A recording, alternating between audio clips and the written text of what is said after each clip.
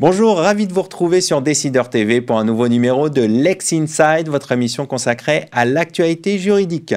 Au programme de ce numéro, on va parler de la surmédiatisation des affaires pénales en cours avec Julia Courvoisier, avocate pénaliste au barreau de Paris. Ce sera dans quelques instants. On évoquera ensuite la loi visant à encadrer les influenceurs avec Maxime Ardouin, avocat au sein de Druino 1927. Et enfin, Judith Levertowski, avocate chez Cornet Vincent Ségurel, nous parlera de la caducité de la déclaration d'appel et des cas de force majeure. Voilà, c'est Lex Inside, c'est parti.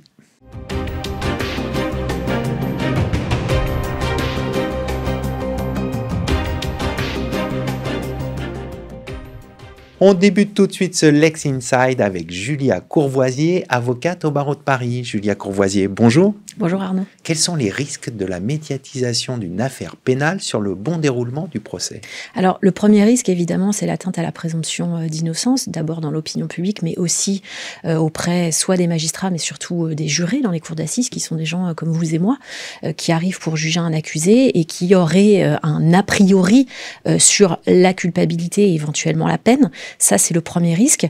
Le deuxième risque, je crois, c'est une incompréhension de la justice par l'opinion publique, par les téléspectateurs qui n'ont pas accès au dossier et qui sont un petit peu emmenés par leurs sentiments et leur volonté de culpabilité et de condamnation et qui parfois peuvent être déçus et donc ne comprennent pas comment la justice peut être rendue et comment elle est rendue au quotidien. Exemple rapide, si vous me permettez, dans l'affaire Jonathan Daval, on a eu des mois et des mois avec des commentaires sur les réseaux sociaux disant peine de mort, prison à perpétuité, horrible, et finalement il est condamné après une semaine de cour d'assises à 25 ans de réclusion criminelle, peine qui donne satisfaction au parquet, qui ne fait pas appel, mais qui donne aussi satisfaction à la famille de la victime, qui dit elle-même par le biais de son avocat être satisfaite. Cette condamnation a donné lieu à des interrogations. Pourquoi ? Parce que cette médiatisation avant le procès, qui a quand même atteint des sommets, a permis des incompréhensions et peut-être parfois un manque de confiance dans la justice. Alors, comment concilier la présomption, le respect de la présomption d'innocence avec la liberté d'informer? Alors, d'abord, la présomption d'innocence, c'est pas je le dis souvent, c'est pas une lubie d'avocat. C'est un principe qui est présent depuis 1789 dans la Déclaration des droits de l'homme, qui est aujourd'hui repris par la Convention européenne des droits de l'homme, qui est dans notre article préliminaire du Code de procédure pénale, donc c'est un principe qui est extrêmement fondamental. Il est fondamental pourquoi ? Parce qu'en réalité, c'est le système de preuve. On considère une personne suspecte comme innocente aux yeux de la loi. Pourquoi ? Parce qu'il va être question de recueillir des éléments à charge pour prouver sa culpabilité, ou à des charges, éventuellement, si on s'est trompé et que cette personne est innocente. Comment concilier avec la liberté d'information ? D'abord, respecter la loi. Pourquoi ? Parce que les atteintes à la présomption d'innocence sont sanctionnables par l'allocation de dommages et intérêts, puisque l'article 9-1 du Code civil le prévoit. Et puis la deuxième chose, peut-être, c'est dans la façon qu'ont les journalistes, mais aussi mes confrères et nous, avocats, lorsque l'on intervient sur les plateaux de télévision et dans les médias, d'user d'un petit peu de prudence. Par exemple, de ne pas nommer la personne mise en examen comme présumée coupable ou comme présumé auteur. Soit on l'appelle suspect, mis en examen ou gardé à vue, soit on l'appelle présumé innocent. Donc attention au vocabulaire, Exactement. Prendre des précautions de langage pour présenter les affaires. Exactement. Et en réalité, c'est pas vraiment des précautions de langage parce que le grand public le comprend quand on prend le temps d'expliquer ce qu'est la présomption d'innocence. On peut défendre une personne qui est présumée innocente, dont on sait qu'elle va être condamnée par ailleurs. Parce que c'est une question de preuve. Et puis les preuves permettent parfois de remonter des complices, des co-auteurs, de connaître le contexte. Et ça a un impact, effectivement, sur la peine qui sera prononcée lorsque cette personne sera condamnée. Donc effectivement, des précautions. Se servir de la loi, l'article 9-1 du Code civil est pas tellement utilisé par les personnes dont la présomption d'innocence est violée tous les jours sur les plateaux télé, dans les médias, sur les réseaux sociaux, peut-être s'en servir un petit peu plus. Alors, un autre risque que fait peser la médiatisation de l'affaire, c'est des atteintes au secret de l'instruction. Alors, comment faire pour préserver le secret de l'instruction ? Alors, d'abord, il y a une question qui s'est posée du respect du secret de l'instruction avec la liberté d'informer. Il y a eu de nombreuses décisions qui ont été rendues, notamment sur le secret secret des sources des journalistes dont on a récemment parlé, parce que le grand public, en tout cas l'opinion publique, le grand public, les téléspectateurs, doivent être informés. Maintenant, le secret de l'instruction, il faut comprendre à quoi il sert. Il sert d'abord à respecter la présomption d'innocence dans l'immense majorité des cas, mais surtout à conserver une enquête secrète pour éviter ce qu'on appelle la déperdition des preuves. Par exemple, qu'une personne qui regarde sa télé et qui se dit « Ouh là là, je vais très certainement être placée sur écoute ou être mise en examen dans ce dossier dont tout le monde parle à la télé, je vais immédiatement effacer mon téléphone, jeter mon ordinateur portable, voire pourquoi pas m'enfuir. » Voilà. Ça, c'est la première chose. Il faut, là encore, faire très attention dans la présentation que l'on fait d'une affaire lorsque l'on est journaliste, et puis dans les commentaires derrière que l'on fait. Aujourd'hui, moi, ce que je constate, c'est que la liberté d'informer est extrêmement large, et fort heureusement, mais effectivement, dans la présentation de l'information, il n'y a pas vraiment d'encadrement, c'est-à-dire qu'on donne une information brute, et ensuite, on commente régulièrement, on chronique cette information brute en portant effectivement atteinte au secret de l'instruction, en oubliant souvent que ce qui est présenté dans la presse n'est pas l'intégralité d'un dossier.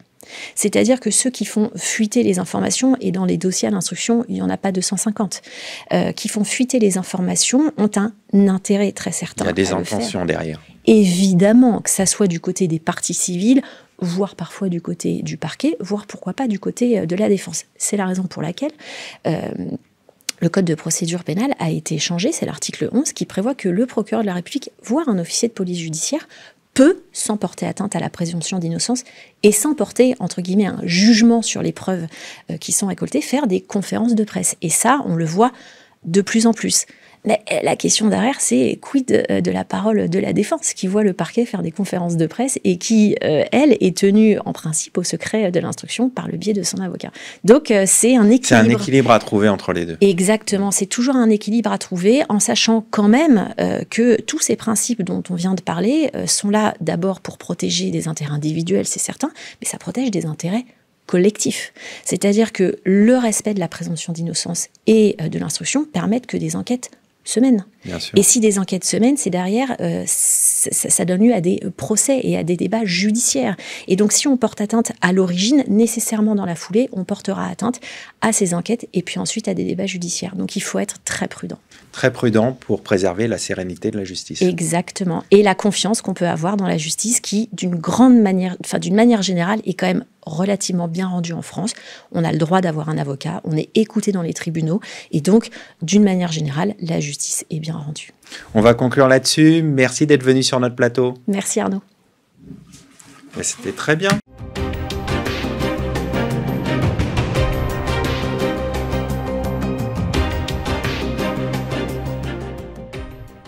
On poursuit l'émission Lex Inside avec Maxime Ardouin, avocat au sein du cabinet Druino 1927, avec qui on va parler de la loi sur les influenceurs. Maxime, bonjour. Bonjour Arnaud, merci de l'invitation. Quel est l'objectif de cette loi ? Alors l'objectif principal, c'est de réguler l'activité des influenceurs sur les plateformes en ligne en établissant un cadre juridique clair et puis en protégeant à la fois les consommateurs et les influenceurs eux-mêmes. Quels sont les apports de cette loi ? Alors, il y a plusieurs apports. Le premier, c'est d'abord d'avoir une définition précise de ce qu'est un influenceur. On a aussi l'obligation de passer un contrat écrit au-delà d'un certain seuil de rémunération. Alors ce seuil, pour l'instant, n'est toujours pas précisé, donc je propose de se baser sur les règles probatoires en matière civile, donc à partir de 1 500 €. Et puis on a aussi l'interdiction de notamment faire la promotion de certains produits et services financiers. Donc, par exemple, un influenceur aujourd'hui ne peut pas faire la promotion d'une cigarette électronique qui contiendrait de la nicotine. La définition de l'influenceur, ça donne quoi ? Un influenceur, c'est une personne en fait qui utilise sa réputation, sa notoriété en ligne pour promouvoir des services ou des biens. Qu'est-ce que vous pensez au final de cette loi ?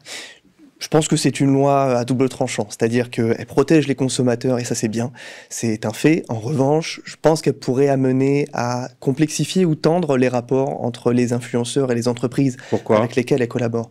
En fait, il y a un principe qui est instauré, c'est un principe de responsabilité solidaire entre les entreprises et justement les influenceurs. Donc, en cas de difficulté, si vous voulez, les influenceurs peut-être eux-mêmes seront insolvables et dans ce cas-là, on aura des difficultés de recouvrement de la responsabilité d'indemnisation qui pourrait être allouée en termes de responsabilité. Et donc, dans ce cas-là, on va se tourner vers les marques. Donc, mon petit conseil pratique, notamment en matière de procédure collective, si jamais il y a un influenceur, par exemple, qui dépose le bilan, lorsqu'on est une entreprise, on déclare sa créance, à titre provisionnel au moins, à la procédure collective de l'influenceur. Est-ce que selon vous, il va y avoir des contentieux liés à cette responsabilité des influenceurs ? J'en suis quasiment persuadé, parce que effectivement, ce sont de belles questions, et puis surtout, on n'a pas encore vraiment de... Alors, on a une responsabilité solidaire, mais on ne sait pas encore dans quelle proportion, et puis surtout, s'il y a des tiers qui interviennent. Par exemple, si on a des agents d'influenceurs, est-ce que la responsabilité sera étendue à ces derniers ? A priori, ça peut être le cas, mais c'est pas dit. Donc, à suivre. Exactement. On va conclure là-dessus. Merci d'être venu sur notre plateau. Merci à vous.